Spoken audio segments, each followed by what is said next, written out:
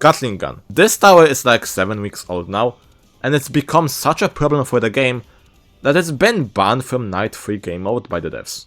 It's honestly a miracle it hasn't been nerfed at all in what's been almost 2 months now, and we will probably never know why that's the case. What's really the problem with this tower is a topic I want to talk quickly in this video. Gatling Gun is probably my favorite tower in the game, and the one I hate the most at the same time, both for the same reason. This tower is just way too overpowered. If you wanted to put it on a tier list, it would be like 2 tiers above second best tower in the game. It is that strong. But you know, what makes it strong? Short answer, having amazing DPS and being able to hit multiple enemies at once. That's the short version. If you go into the detail, it's much more than that.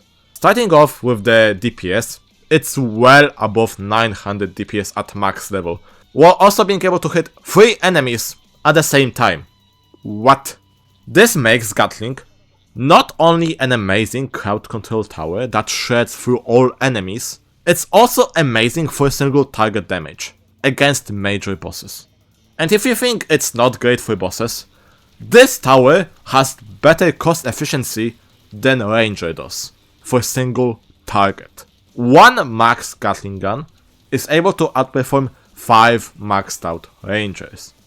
Just for single target, not even mentioning Gatling's ability to hit multiple. Another thing is this tower has infinite range.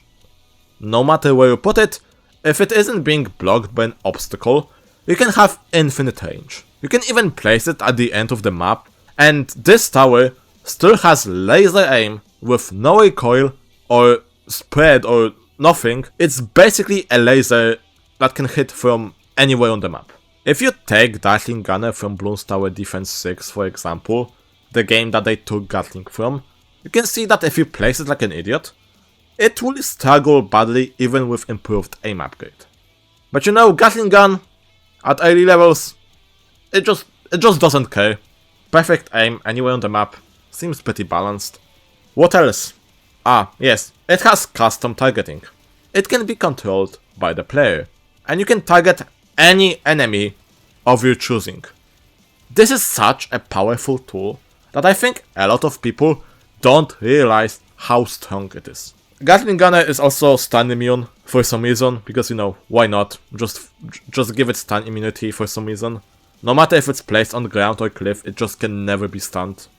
This tower is broken beyond belief. It's a tower which is constantly the best from level 0 in the mid game up to its max level in the late game, providing map range, highest DPS in game's history, with an added feature of hitting multiple enemies with 1 bullet, essentially making it the best crowd control tower, with best single target DPS for bosses, with player controlled targeting that requires no effort to hit the enemies.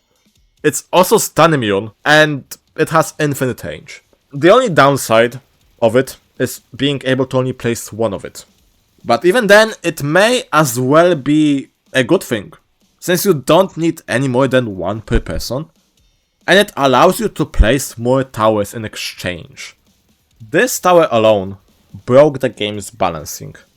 It's kinda amazing how with each new added tower, like Brawler, Mercenary Base and now Gatling Gun, each one of them was more powerful than the previous one. What's the next tower after Gatling? I am afraid to think about it. And I'm going to be honest when I say that if there were to release PvP today, this tower's sole existence would make the game mode trash to play. Since every single person would have this tower, and you would not be able to counter it in any way, shape or form. There's no enemy in the game that exists that can counter Gatling Gun. None. There's nothing. Maybe lead enemies, but there's like 3 of them in the entire game.